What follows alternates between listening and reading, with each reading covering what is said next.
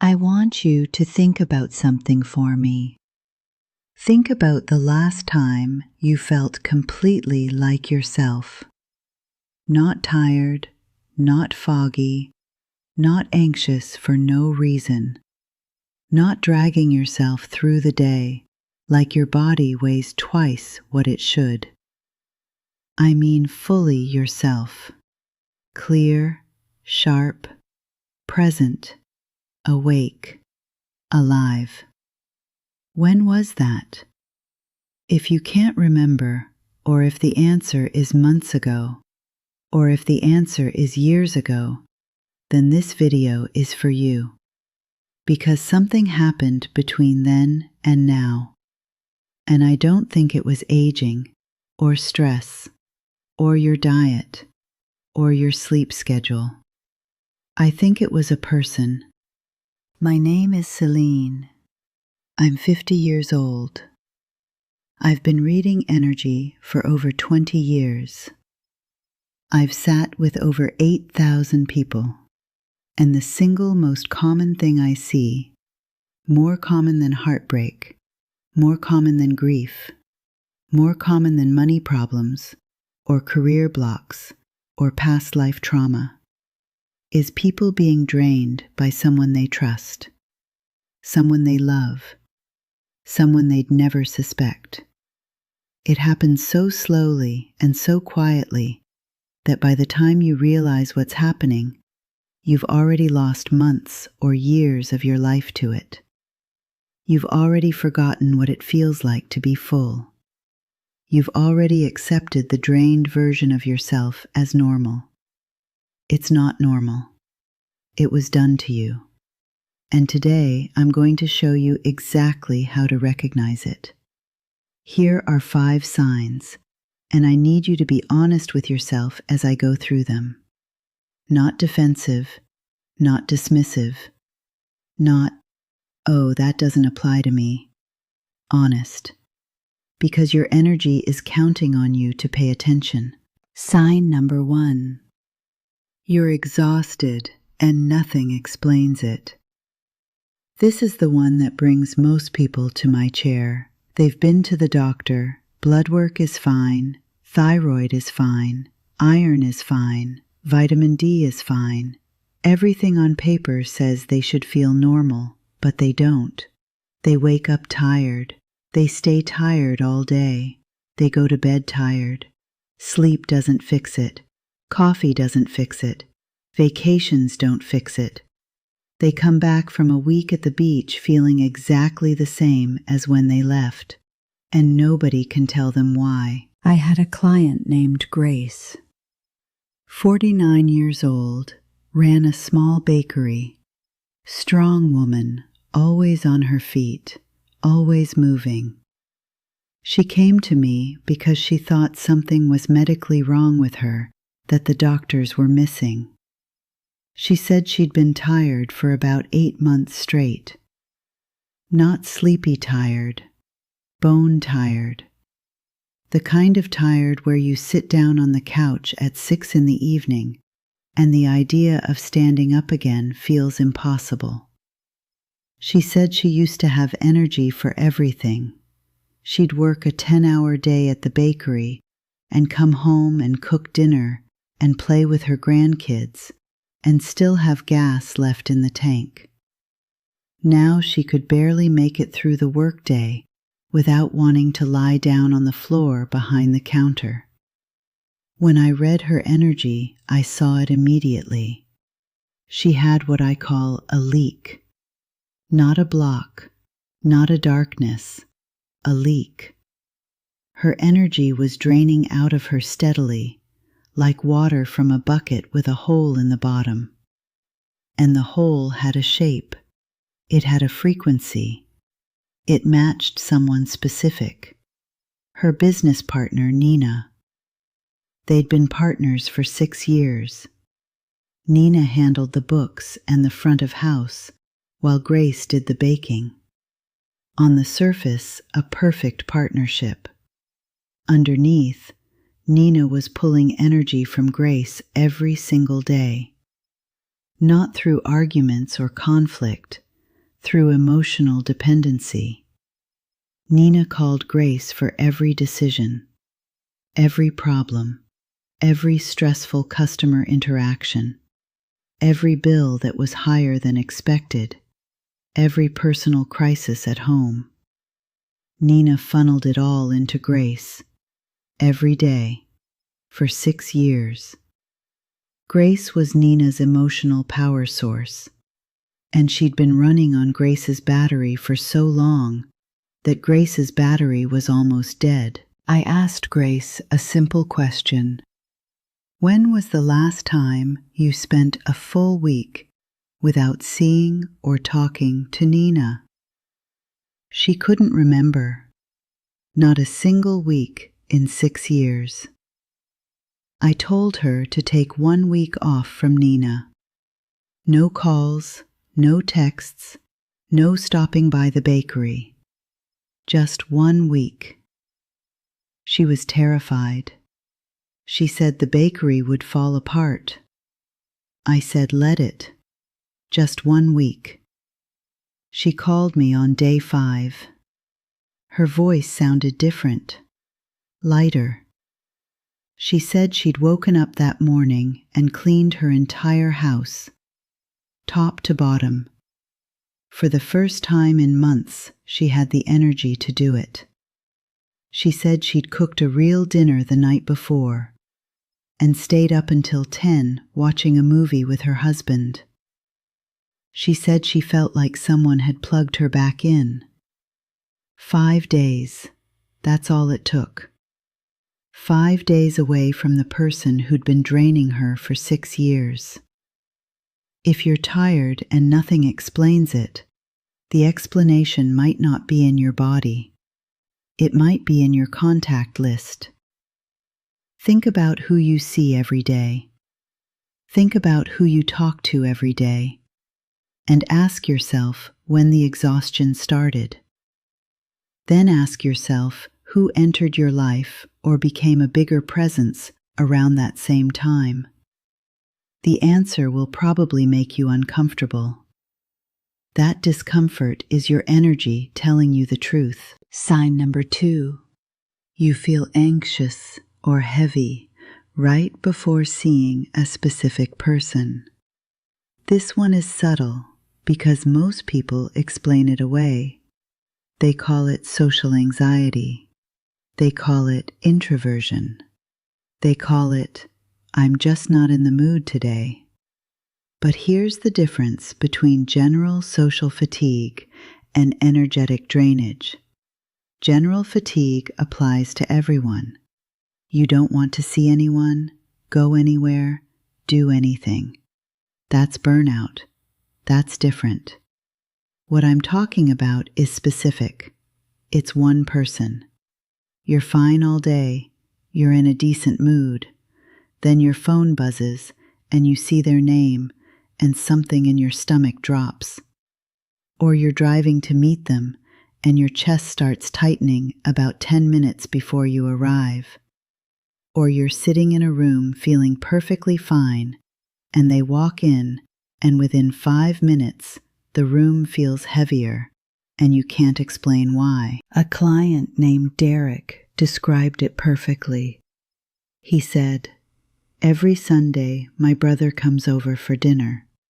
And every Sunday around 3 o'clock, about 2 hours before he arrives, I start feeling this dread, like something bad is coming. Nothing bad is coming, it's just my brother. We eat, we watch the game, he leaves. But by the time he's gone, I feel like I've been hit by a truck, and it takes me until Tuesday to recover." Derek's brother wasn't a bad guy. He wasn't mean, wasn't abusive, wasn't even particularly negative in conversation. But his energy was massive and it was hungry. His brother was going through a divorce, hated his job, was angry at the world, and had no outlet for any of it except Derek. He'd sit on Derek's couch and the anger and resentment would bleed out of him like heat off asphalt. He didn't have to say a word about his problems. His energy said it all.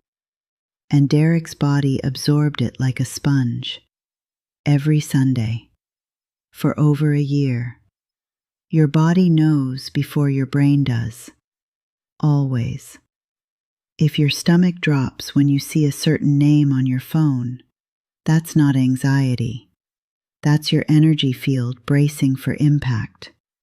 If your mood shifts the moment a specific person enters the room, that's not a coincidence. That's your energy recognizing a threat that your conscious mind refuses to acknowledge because the threat has a familiar face and a seat at your dinner table. Trust the body. The body doesn't lie. Sign number 3. You lose yourself in their problems.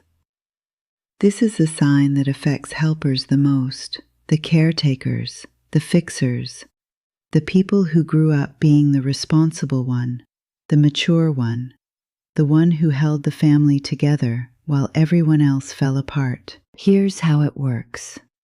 Someone in your life has a problem, a real problem, a divorce, a health scare, a financial crisis, a family conflict, and you step in. Because that's who you are. You listen, you advise, you comfort. You show up at their house with food. You answer the phone at midnight. You rearrange your schedule around their crisis. You put your own life on pause because their emergency feels more urgent than your routine. And that's fine. Once. Twice. For a few weeks during a genuine crisis. That's what people who love each other do. But here's where it crosses the line into energy drain. The crisis never ends. There's always a new chapter, a new problem, a new reason they need you. The divorce leads to a custody fight, which leads to a financial emergency, which leads to a health scare, which leads to a new relationship that's also a disaster. It never stops. And you never get to step back, because every time you try to pull away, every time you try to say, I need to focus on myself for a while, they pull you back in with a new emergency that makes you feel guilty for even thinking about your own needs. I had a client named Teresa, 56 years old. She'd spent the last 4 years consumed by her sister's life.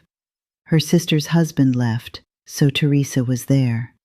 Her sister's son got arrested, so Teresa was there. Her sister lost her apartment, so she moved in with Teresa. Her sister got a DUI, so Teresa drove her to court. 4 years of one crisis after another, and Teresa hadn't taken a single day for herself. She hadn't read a book, hadn't gone to dinner with her own friends, hadn't spent an evening not on the phone with her sister. She couldn't even watch a TV show without her phone buzzing with another emergency. When she sat down across from me, she said something I'll never forget. She said, I don't know who I am anymore. I used to have hobbies. I used to have opinions. I used to have a life. Now I'm just an extension of my sister's problems.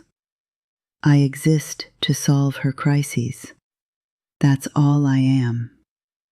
That's the sign.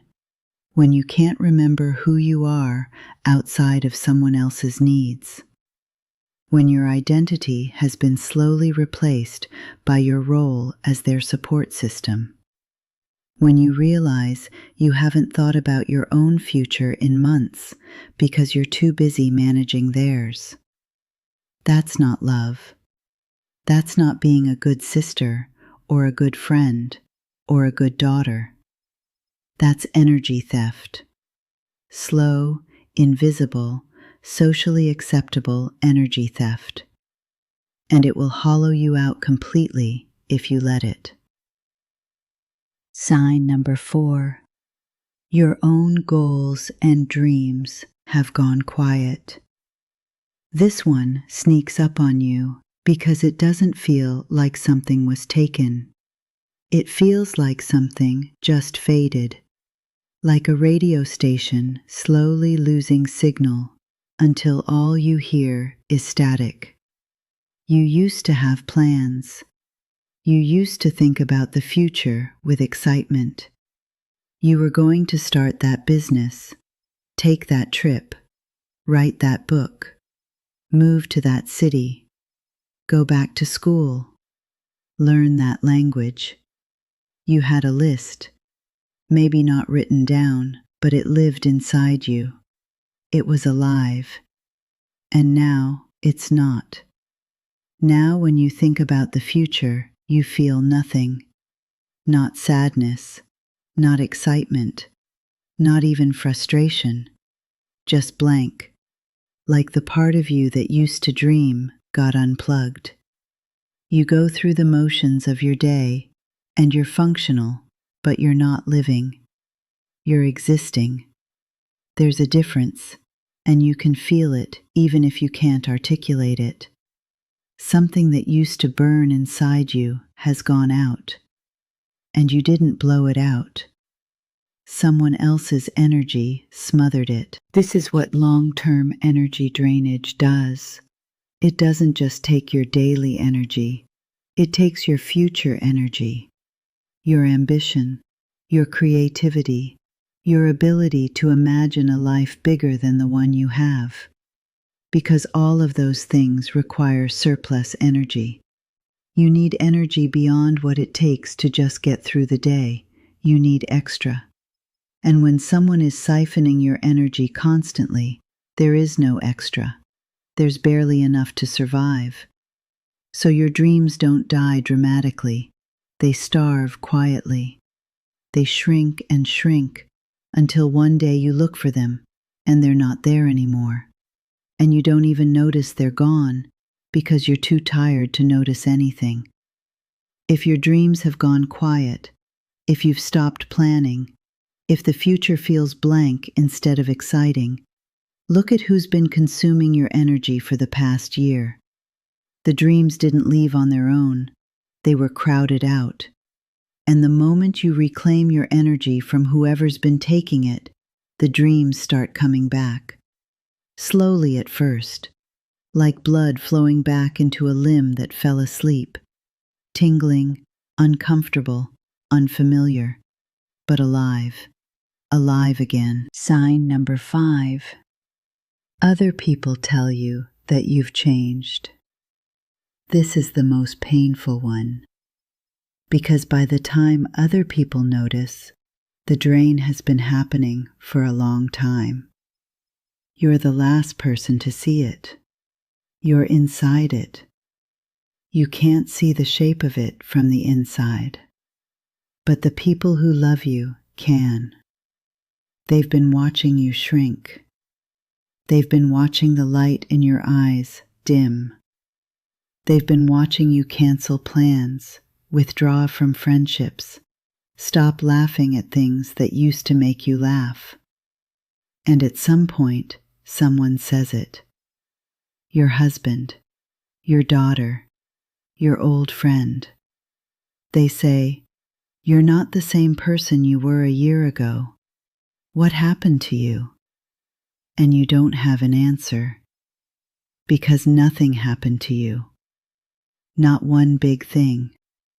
No trauma, no crisis, no catastrophic event. Just a slow, steady, invisible leak. Just a person you trusted sitting next to you, day after day, pulling your light out through a hole you didn't know was there. When other people notice the change in you before you do, that's the final sign. That's the alarm. That means the drain has gone on long enough that it's no longer just affecting your energy, it's affecting your personality, your presence, the thing that makes you, you. And if you don't act soon, you're going to forget what you were like before. You're going to accept this diminished version of yourself as the real version. And it's not. It's what's left after someone took the rest. Here's what I want you to do. Not tomorrow, not next week. Right now. I want you to think about every person you interact with regularly. Your partner, your family, your friends, your coworkers. Go through them one by one. And for each person, ask yourself one simple question. Do I feel more like myself after spending time with them, or less like myself? That's it. That's the test. It's not complicated. It doesn't require a psychic or a tarot reading or a crystal ball. It just requires honesty. More like myself or less. The people who make you feel more like yourself are your people. Keep them close. Protect those relationships. The person who makes you feel less like yourself, and there's probably one face that came up immediately, one name that landed in your mind before you even finished the question. That person is your drain. That person is the reason you're tired and foggy and anxious and empty, and nothing in your life seems to work, no matter how hard you try. You don't have to hate them. You don't have to cut them off forever. You don't have to have a dramatic confrontation. You just have to create distance. Physical distance, emotional distance, energetic distance. You have to stop being available every time they call. You have to stop absorbing their problems like they're your own. You have to start choosing yourself over their needs. And I know that feels selfish. I know everything in your conditioning says that putting yourself first makes you a bad person. That's the drain talking. That's the programming that keeps you giving until there's nothing left. You're allowed to protect your energy. You're allowed to choose yourself. You're allowed to walk away from someone who's emptying you out. Even if you love them, even if they need you, even if everyone around you thinks you're being cruel. You're not being cruel. You're surviving, and your survival matters more than their comfort. I'm Celine. Your energy doesn't lie, and neither do I.